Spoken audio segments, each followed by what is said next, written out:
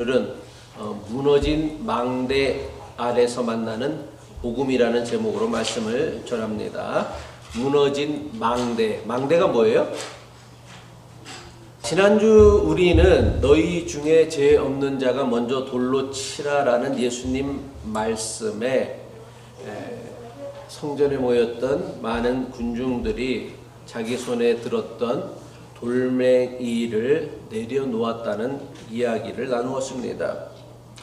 저들이 손에 들었던 돌멩이를 내려놓은 것은 나는 저 사람과 다르다라고 생각하는 종교적 우월감의 돌멩이였으며 다른 사람들을 비난하고 심판하려는 정죄의 돌멩이였습니다. 그런데 저들이 정죄의 돌멩이를 내려놓았다고 해서 우리 마음에 그어놓은 왜곡되어진 종교적 선이 완전히 사라진 것은 아닙니다. 정죄의 선 못지않게 많은 교인의 마음에 그어놓은 종교적인 선이 있는데 그 선이 무엇이냐면 바로 성공과 실패로 하나님의 축복과 저주를 나누는 축복과 저주의 선입니다. 우리는 은연중에 성공한 사람에게는 축복의 선을 긋고 실패하거나 고난을 겪거나 재앙을 겪는 사람에게는 저주의 선을 긋습니다. 축복과 저주의 선은 세상보다 교회 안에서 더 교묘하게 작동하고 있습니다. 잘 되면 복받은 사람이고 안 되면 신앙에 문제가 있는 사람이라고 여깁니다. 사업이 잘 되면 믿음이 좋은 것이고 실패하면 기도가 부족한 것이라 여깁니다. 자녀가 좋은 대학에 가면 하나님이 축복하신 것이고 자녀가 방황하면 부모의 신앙에 문제가 있는 것이라 여깁니다. 그런데 이런 모든 것들은 하나님의 축복과 아무런 상관이 사실은 없는 것들이에요. 다만 우리가 그렇게 그어놓은 거란 말이에요. 우리는요, 성공을 축복의 증거로 삼고 실패를 믿음의 부족이라고 해석합니다. 이게 바로 우리 안에, 특별히 기독교인들의 마음 안에 그어진 아주 보이지 않지만 강력한 축복과 저주의 선입니다. 축복과 저주의 선은 정죄의 선보다, 우리가 지난 3주간에 걸쳐 살펴보았던 이 정죄의 선보다 훨씬 더 교묘합니다. 하나님의 축복과 믿음의 결과라는 말 뒤에 숨어 있기에 이것이 차별적인 선인가? 이게 잘못된 선인가조차 인식하지, 알아채지 못한다라는 거예요. 물론 하나님은 우리의 삶에 은혜를 베푸는 분이십니다. 그런데 그 하나님의 은혜를 우리는 세속의 가치와 기준에 따라 성공과 실패로 나누고 성공은 하나님의 축복이고 실패는 하나님의 저주라 나눈다라는 거예요. 성공과 실패를 신앙과 믿음의 결과로 연결하는 순간 우리는 매우 위험한 차별의 자리에 서게 되어진다는 것이죠.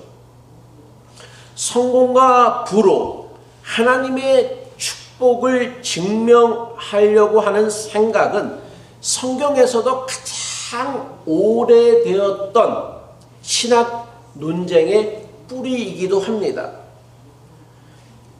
욥기를 보면은 동방 최고의 의인이라고 하는 욥이 하루아침에 자기의 재산과 자식 모두를 다 잃어버리고 맙니다.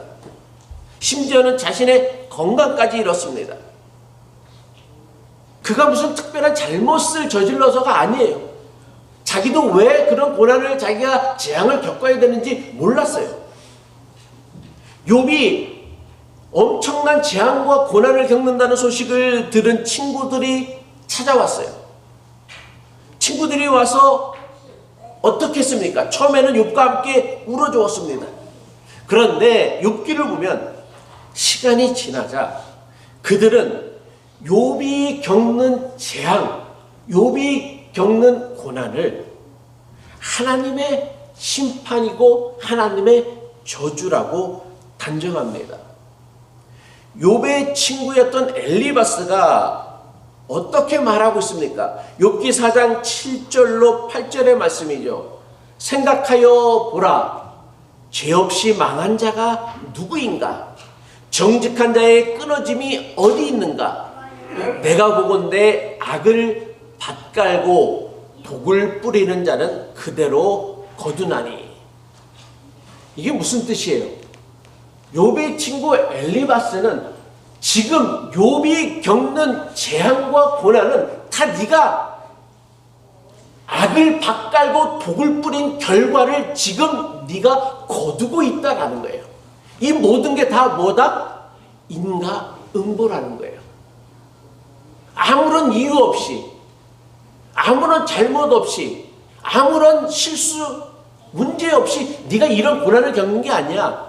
네가 겪는 이 재앙과 고난에는 사람들이 알지 못하는 숨겨진 죄가 있기 때문에 네가 이런 고난을 겪는 거야. 그러니 네가 감추고 숨겼던 죄를 고백하고 하나님의 용서를 구하고 하나님의 은총을 구하면 네가 다시금 회복되어질 수 있다고 말하는 것입니다.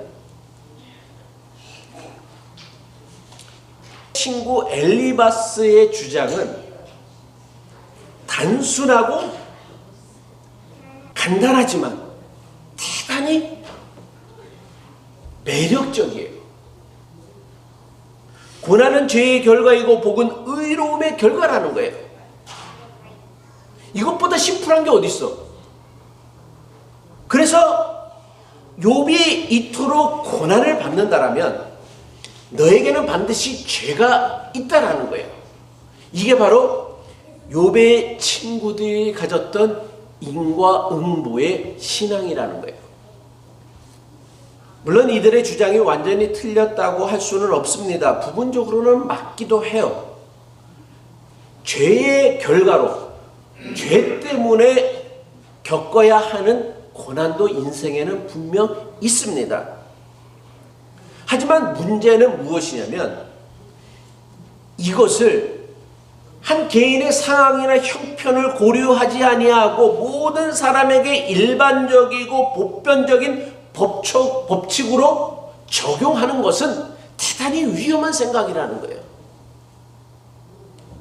모든 사람들의 재앙이나 고난에 대하여 이러한 잣대를 들이밀기 시작할 때에 이러한 주장은 재앙을 겪거나 고난을 겪는 사람에게 그가 겪는 재앙이나 고난보다 더 큰 상처를 주는 거예요. 그러니까 상처난 데다 뭐 뿌리는 거? 이게 소금 뿌리는 거라고요. 알 수 없는 재앙과 고난을 겪고 있는 욥에게 더 큰 상처를 준 것은요, 그가 겪는 재앙이나 고난이 아니었어요. 자신이 겪는 재앙과 고난의 이유를 잘 알고 있다라고 확실하는 친구들의 주장이 욥을 더 크게 상처 주었다라는 사실입니다. 욥의 친구들은 욥의 겪는 고난을 위로하러 왔다가 오히려 욥에게 더 큰 상처를 준 거예요. 이건 우리가 너무나 자주 범하는 실수예요. 물론 의도는 좋았겠지. 욥의 친구처럼 여러분도 의도는 좋았겠지. 누군가를 위로하기 위하여, 격려하기 위하여. 마음은 순수했겠지. 그런데 지혜롭지 못하고 잘못된 축복과 저주의 선이 있다 보니까 누군가의 잘못을 함부로 재단하고 평가하고 확신하면서 그 사람에게 더 큰 상처를 준다라는 거예요. 니콜러스 월터 스토프라는 사람이 있습니다. 그 사람 대단히 유명한 기독교의 철학자예요. 그런데 이 사람이 25살에 5살 먹은 아들이 등산을 하다가 그만 낙상을 해서 자기 아들이 죽은 거예요. 등반사고로. 1년간 그는 깊은 슬픔과 신앙적 고뇌를 겪으면서 책을 썼어요. 그가 써낸 책이 뭐냐면 나는 사랑하는 사람을 잃었습니다 라는 제목의 책을 내었습니다. 그런데 그가 자신의 책에서 고난받는 자에게 가장 큰 상처가 되었던 것은 내가 겪는 그 고난보다도 내 고난을 설명하려고 하였던 주변의 수많은 친구들, 사람들의 확신이었다라는 거예요. 자기가 아들을 잃은 그 슬픔보다도 자기의 마음을 더 상처내게 했다라는 거예요. 그러면 왜 우리는 도대체 이렇게 하는가? 누가 겪는 재앙이나 고난을 보면 우리는 두려워합니다. 두려워집니다. 왜? 저 일이 나에게도 일어날 수 있다라는 사실이 무섭기 때문이에요. 그래서 우리는 뭐를 하냐면 설명을 하려고 합니다. 야, 저 사람은 뭔가 잘못된 일을 했을 거야. 나는 저렇게 살았지 않았으니까 나는 괜찮겠지? 이런 모든 것들이 뭐냐면 타인의 재앙이나 고난을 자기를 안심시키는 도구로 삼는다라는 거예요. 욥의 친구들이 그러했습니다. 욥의 친구들은 욥이 겪는 그 재앙과 고난을 바라보면서 나는 죄와 같지 않았어. 그러니까 나에게는 저런 재앙이, 나에게는 저런 고난이 없을 거야 하면서 욥이 겪는 재앙과 고난을 자기를 안심시키고 위로하는 도구로 삼았다라는 거예요. 실제로 얼마나 많은 사람들이 다른 사람들의 재앙이나 고난을 보면서 나는 저런 재앙을 겪지 않았으니까 다행이야 라고 자기를 안심시킨다라니까요. 이게 바로 지금도 여전히 반복되고 계속되어지고 있는 인간의 잔인함이란 말이에요. 그것을 신앙의 이름으로 이런 일들을 우리가 반복하고 있다는 거예요. 이민사회에서의 성공과 부를 바라는 것은 물론 단순한 욕망이 아닙니다. 일종의 생존의 문제와도 같죠. 낯선 땅에서 언어도 문화도 다른 환경을 뚫고 삶을 일구어야 하는 우리 이민자들에게 성공과 부는 그 자체로 생존을 의미합니다. 그렇게 이민교회 안에서는 성공에 대한 열망이 그 어떤 교회들보다도 강렬하고 그 열망이 종교적 언어와 결합할 때에 번영신학은 더 강력한 형태를 띠게 되어집니다. 번영신학이 뭐예요? 하나님의 축복을 받아서 믿는 사람들이 이 땅에서 점점 더 성공하고 부를 누린다라는 거예요. 그래서 자녀가 명문대학에 들어가면 하나님의 은혜가 되어집니다. 가게가 잘 되면 하나님의 축복이 되어집니다. 그런데 가게가 문을 닫으면, 자녀가 힘든 길을 걸으면, 몸이 아프면 어떻게 됩니까? 번영신학이나 인과응보의 신앙에서 사업의 실패나 건강에 문제가 생기는 것은 곧 뭐가 되어지는 거예요? 믿음 없음의 증거가 되어지는 거란 말이에요. 축복과 저주의 선이 만드는 가장 큰 비극이 바로 여기에 있다는 거예요. 고난 속에서 가장 교회가 필요한 사람들이 자기가 겪는 고난 실패 때문에 교회를 떠나게 되어지는 거예요. 왜? 나는 하나님의 저주를 받은 사람이다 라고 사람들이 수군덕거리기 때문에. 실패를 숨기고 아픔을 감추고 괜찮은 척하며 예배의 당에 앉아 있다가는 결국은 더 이상 자신을 속일 수 없을 때쯤 되어지면 교회를, 예배당을 떠나고 마는 거예요.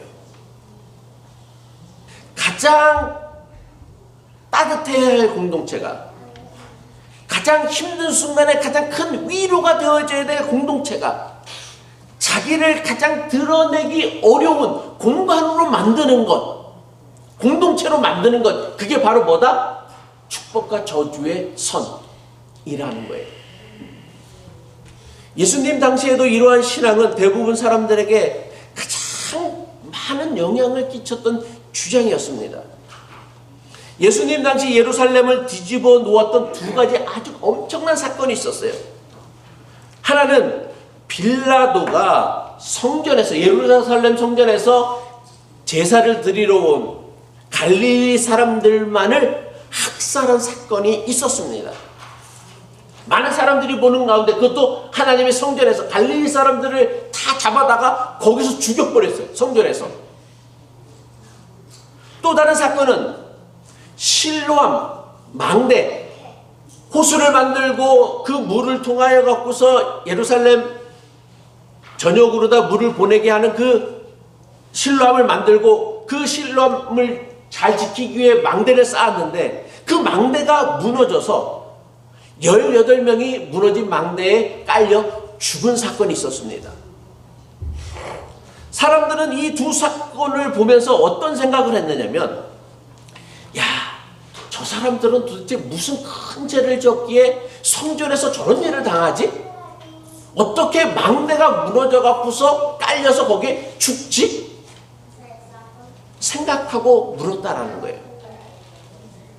이것은요, 단순히 재앙에 대한 호기심만이 아니었습니다. 자신은 그런 일을 당하지 않았다라는 안도감, 그리고 저 사람들은 뭔가 잘못이 있어서 그런 일을 당한 것이다라는 종교적 확신이 저들의 마음속에 담겨 있었다라는 거예요. 불행한 일을 겪는 사람들, 재앙을 겪는 사람들, 고난을 겪는 사람들과 자신을 분리하여 선을 그으려는 대단히 잔인한 시도였다라는 것이죠. 그런데 예수님은 빌라도에게 학살당한 갈릴리 사람들에 대하여 어떻게 대답하셨습니까? 저들이 얼마나 큰 죄를 졌게 성전에서 저렇게 잔인하게 죽임을 당합니까? 라고 예수님께 물었어요. 그런데 예수님이 뭐라고 말씀하셨습니까? 누가복음 13장 2절로 3절 전반 보죠. 너희는 이 갈릴리 사람들이 이같이 해받음으로 다른 모든 갈릴리 사람보다 죄가 더 있는 줄 아느냐? 내가 너희에게 이르노니 아니다라는 거예요.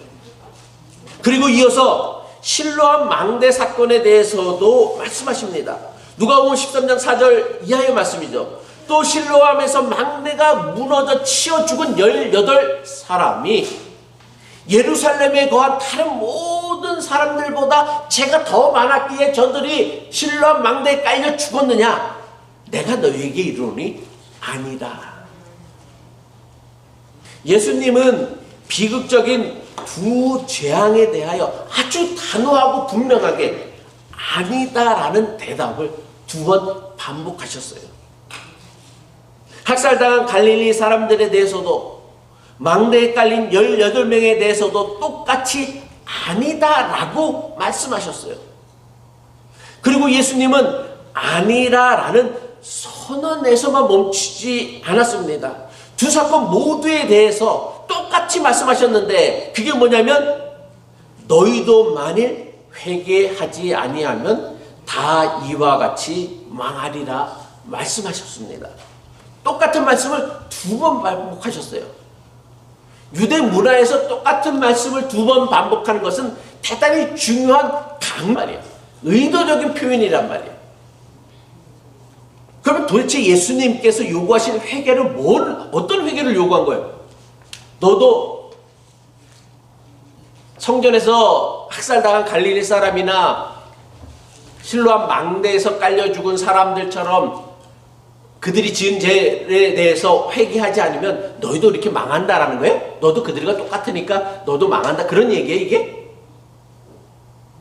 아니요. 예수님께서 요구하신 회개는요, 단순히 개인의 도덕적인 잘못을 반성하라는 뜻이 아닙니다. 많은 사람들이, 많은 교회가 너희도 만일 회개하지 않으면 다 이와 같이 망하리라는 말씀을, 야 너도 똑같은 죄인인데 너도 죄 회개하지 않으면 너도 이런 일 당할 수 있어 라고 얘기를 하는 거예요. 아니요, 그게 아니에요. 이 예수님의 말씀은 타인의 비극을 바라보면서, 타인의 재앙을 바라보면서 은근슬쩍 자신의 안전과 의로움을 챙기던 잔인한 종교적 공식, 즉 인과응보의 잘못된 신앙관에서 그 생각을 돌이키라는 선언이란 말이에요. 타인이 겪는 예상치 못한 재앙을 자신의 안전과 보호를 정당화하는 잣대로 삼으려는 마음을 바꾸지 않는다면 우리 역시 영적으로 망할 수밖에 없다라는 단호하고 엄중한 예수님의 경고란 말이에요.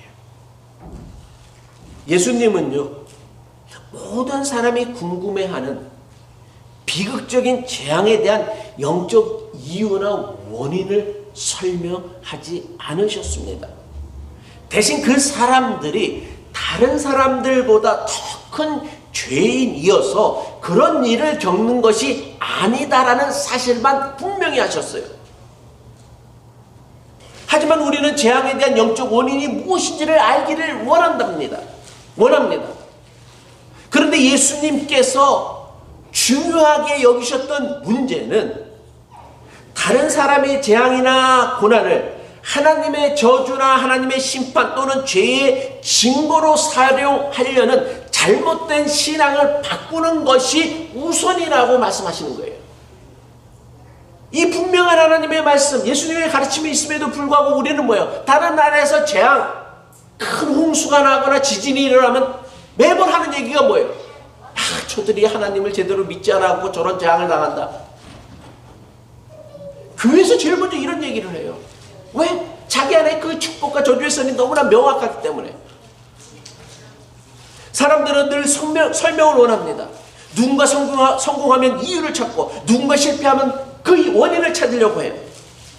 그래야 세상이, 인생이 통제 가능하다고 느끼기 때문에 그렇단 말이에요.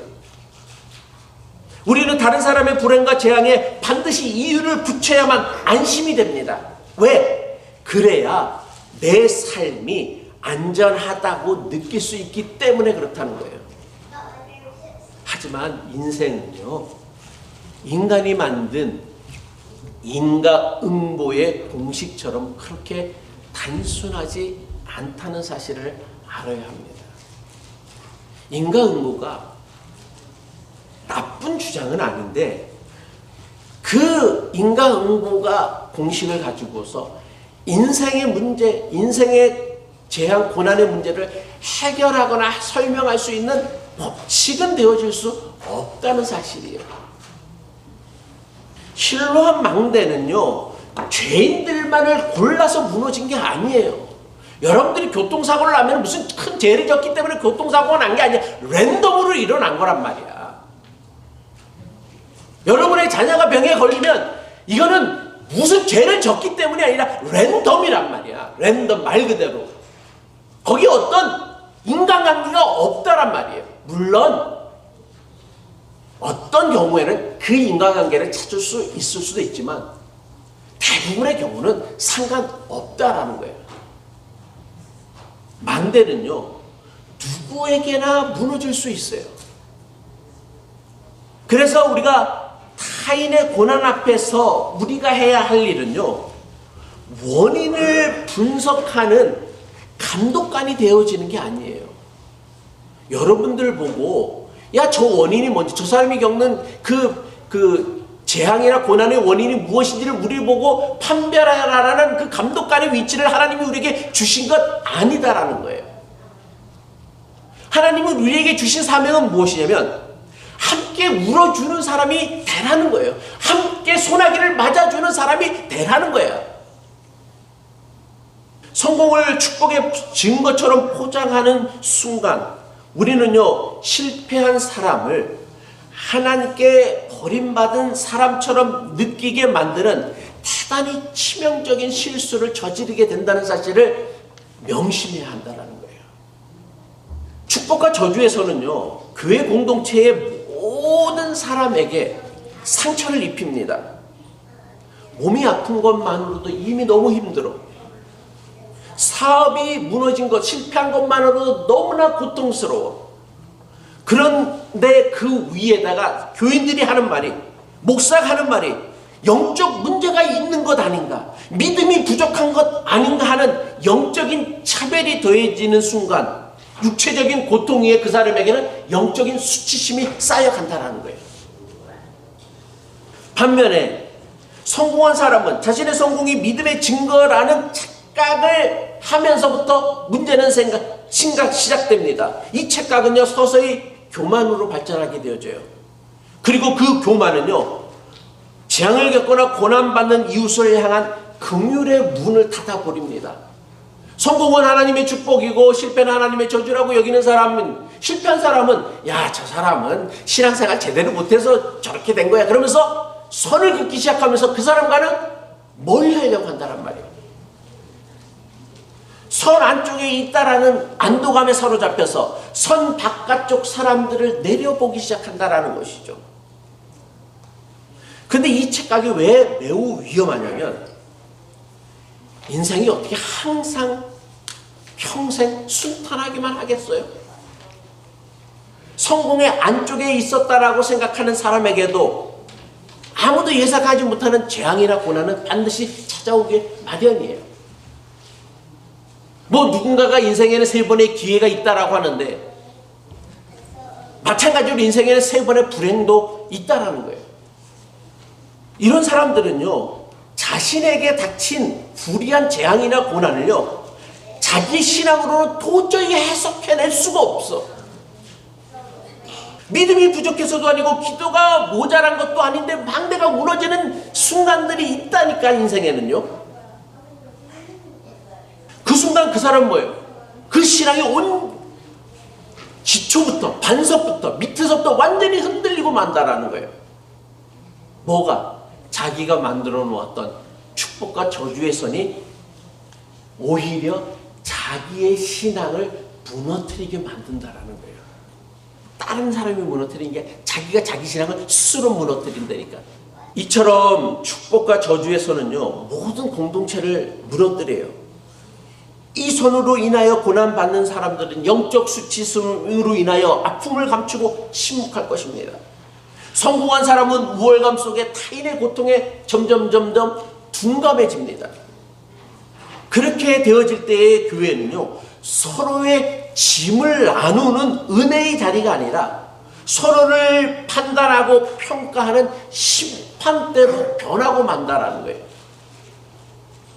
욥기는요, 고난의 이유를 묻는 욥의 질문으로 시작했어요. 욥은 끈질기게 하나님에게 자신이 겪는 고난의 이유를 물었습니다. 왜 내게 이런 일이 일어났습니까? 도대체 내가 왜 이런 어려운 일을 겪어야 합니까? 당신이 정말 의로운 분이시라면 어떻게 이런 일이 일어날 수 있습니까? 끊임없이 묻고 물었어요. 끊임없이 친구들과 논쟁하고 항변했어요. 따졌어요. 마침내 친구들과의 그 긴 논쟁이 끝나고 하나님께서 욥에게 나타나셨습니다. 그런데 욥에게 나타난 하나님께서 대답을 주셨습니까? 야, 네가 고난받는 건 이런 이유 때문이었어 라고 가르쳐 주셨어요? 아니요, 안 가르쳐 주셨어요. 대신에 오히려 욥이 하나님께 드렸던 질문보다 더 많은 폭풍 같은 질문을 수없이 쏟아냈어요. 내가 땅에 기초를 놓을 때 너는 도대체 어디 있었느냐? 내가 자연들을 다스릴 때 너는 도대체 어디서 뭘 하고 있었느냐? 하나님은 욥이 겪는 고난에 대한 답 대신에 그에게 나타나 주셨어요. 그리고 이 하나님의 거룩한 임재를 경험한 욥이 뭐라고 고백합니까?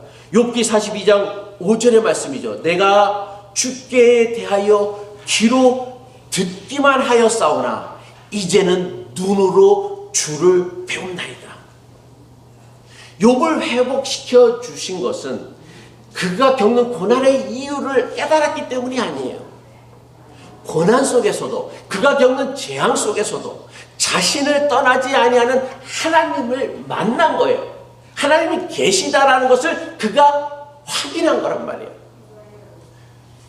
하나님께서 자기가 겪는 고통, 재앙을 알고 계신다라고 하는 임재의 신비가 바로 재앙과 고난 속에서 신음하던 욥을 살린 것입니다. 우리는 모두 망대 아래 살아가는 사람들이에요.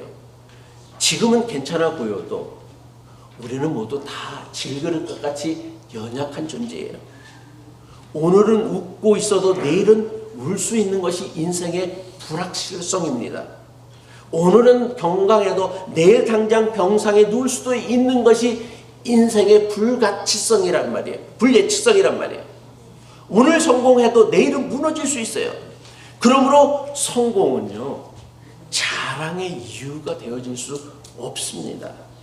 마찬가지로 실패 역시 저주의 이유가 될 수도 없다는 사실을 우리가 마음에 품어야 돼요.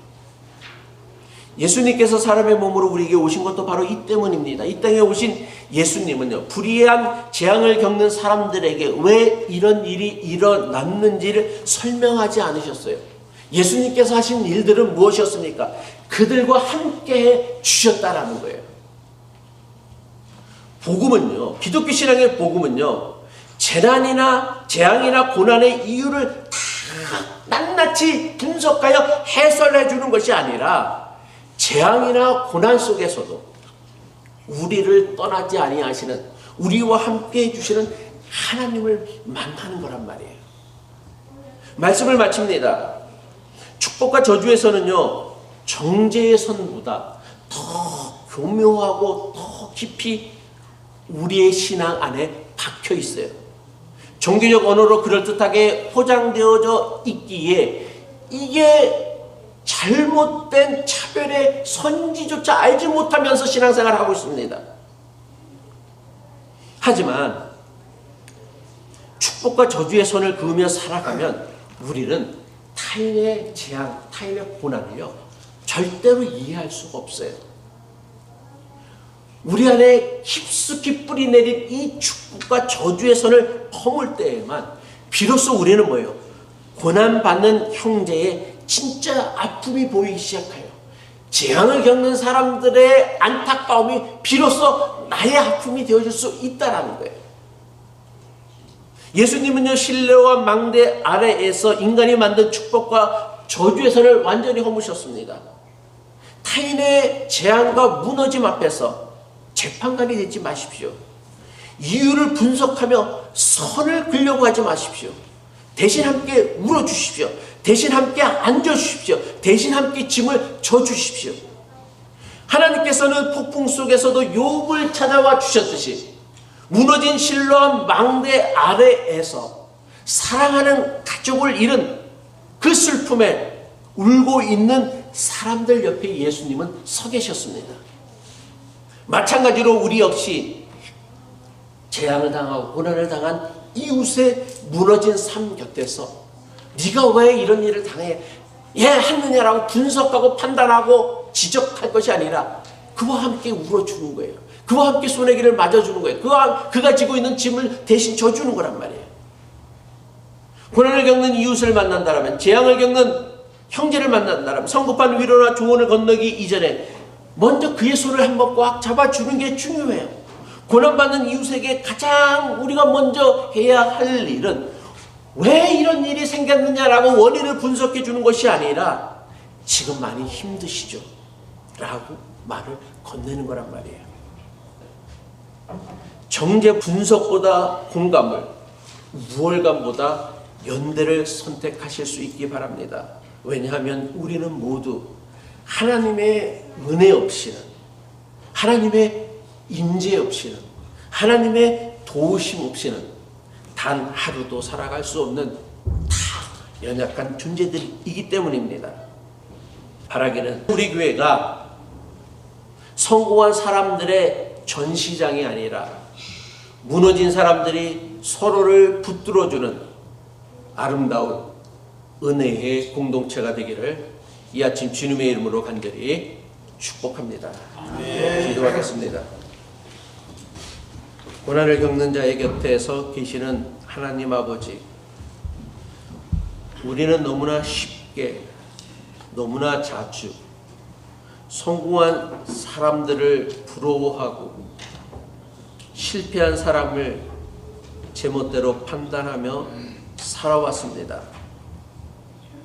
누군가 무너지면, 누군가 어려운 일을 겪으면 이유를 찾으려 했고 그 이유를 통하여 자신의 안전을 확인하려 했습니다. 그러나 우리는 모두 무너진 망대 아래 살아가야 하는 지극히 연약한 존재들임을 깨닫고 고백합니다. 타인의 아픔을 설명하려 하지 말게 하시고 함께 울어줄 수 있는, 함께 소나기를 맞을 수 있는 긍휼의 마음, 공감의 마음을 우리에게 허락하여 주옵소서. 성공을 자랑으로 삼지 말게 하시고 실패를 수치로 여기지 말게 하옵소서. 우리 교회가 성공을 자랑하는, 전시하는 공동체가 아니라 무너진 사람들이 서로 기대어 살아가는 은혜와 사랑의 아름다운 신앙 공동체가 되게 하옵소서. 예수 그리스도의 이름으로 간절히 기도하옵나이다. 아멘.